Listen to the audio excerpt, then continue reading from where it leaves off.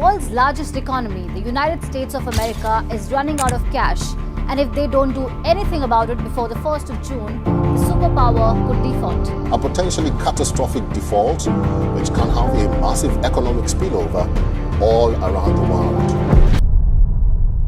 امریکہ آج سب سے بڑا قرضدار ملک ہے جس کے اوپر $400 بلین خارجی قرضہ ہے۔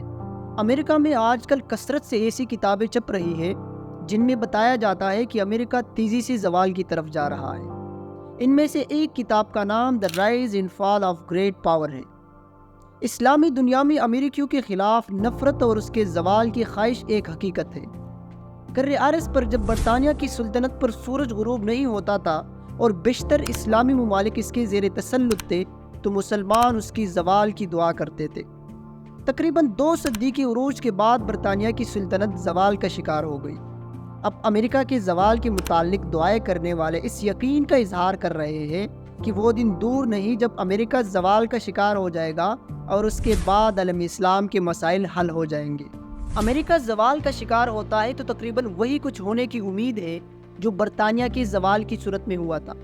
برطانیہ کے زوال کے بعد امریکہ سپر طاقت بن گیا کیونکہ اس کے پاس برطانیہ سے زیادہ جدید ٹیکنالوجی تھی۔ یعنی گزشتہ صدی کے انقلابات کے نتیجے میں عالمی قیادت عالم اسلام کے حصے میں نہیں آئی۔ اس لیے اگر امریکہ زوال کا شکار ہوتا ہے تو عالمی قیادت چین، جاپان یا یورپی یونین کو ملنے کا امکان ہے، اور یہ ممالک مسلمان نہیں ہیں۔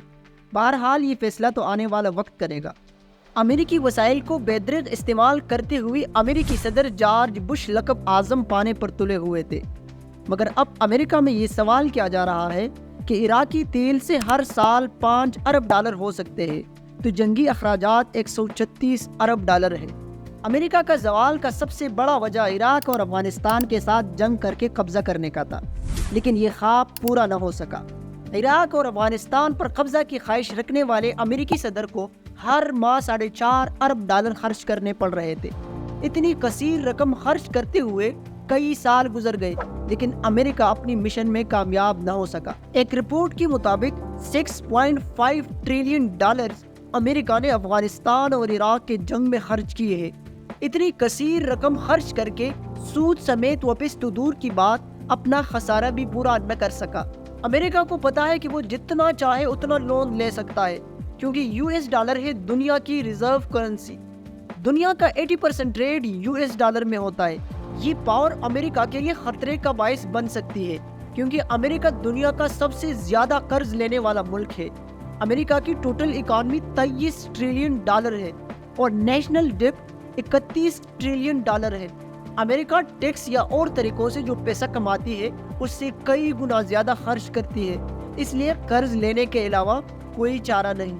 17 نومبر کو ایک امریکن انویسٹر رے ڈیلیو CNBC کے ایک پروگرام میں کہتے ہیں کہ امریکہ ایک ایسے موڑ پر پہنچ رہا ہے جہاں قرض کا مسئلہ تیزی سے مزید سنگین ہوتا جا رہا ہے۔ امریکہ نے اب تک $33 ٹریلین قرض لے رکھا ہے، جن میں جاپان، چائنا، یونائیٹڈ کنگڈم اور بیلجیم سرفہرست تھے۔ ان میں سے سب سے زیادہ قرضہ جاپان اور چائنا نے دیا ہے۔ موجودہ امریکی صدر جو بائیڈن کا کہنا ہے کہ امریکہ نہ کبھی دیوالیہ ہوا ہے اور نہ کبھی دیوالیہ ہوگا۔ امریکی حکومت نے 2022 میں قومی قرض پر $475 ارب کا سود ادا کیا، جو کہ GDP کا تقریباً 2% ہے۔ تاریخی طور پر امریکہ کا سب سے بڑا خسارہ بڑی جنگوں اور ہنگامی حالتوں میں بڑھتے ہوئے اخراجات کی وجہ سے ہوا ہے۔ بہرحال امریکہ ڈیفالٹ نہیں ہو سکتا کیونکہ امریکن ڈالر ہے دنیا کی ریزرو کرنسی۔ اس کا مطلب ہے بین الاقوامی تجارت میں وسیع پیمانے پر استعمال ہونے والی ایک مضبوط کرنسی ہے، جیسے مرکزی بینک اپنے زر مبادلہ کے ذخائر کے حصے کے طور پر رکھنے کے لیے تیار ہے۔